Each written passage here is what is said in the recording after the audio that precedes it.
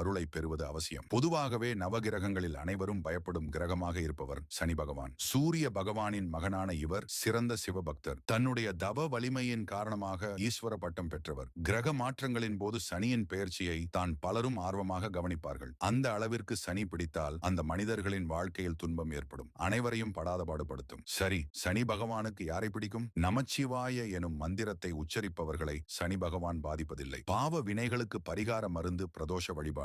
இதனை தடையின்றி செய்பவர்களை சனி பகவான் ஒருபோதும் தண்டிப்பதில்லை. அனுதினமும் சிவபூஜை செய்பவர்களை சனி பகவானுக்கு பிடிக்கும். சுத்தமும் சுகாதாரமும் நிறைந்தவர்கள், மற்றவரை அல்லல் படுத்தி ஆனந்தப்படாதவர்களை அவர் பிடிக்கும் காலத்திலும் பாவ மன்னிப்பு அளித்து பாதுகாப்பார் சனி பகவான். சத்தியம் தவறாதவர்கள் மனதில் நித்தியவாசம் செய்வாள் மகாலட்சுமி. அந்த திருமகள் இருக்கும் இடத்தை திரும்பி கூட பார்ப்பதில்லை சனி பகவான். சனி பகவான் இப்படிப்பட்டவர்களை ஒன்றும் செய்ய மாட்டார். ஸ்திரவாரம் எனும் சனிக்கிழமை விரதம், சுதர்சன எந்திர வழிபாடு செய்வது சனி பகவானுக்கு பிடிக்கும். ருத்ராட்ச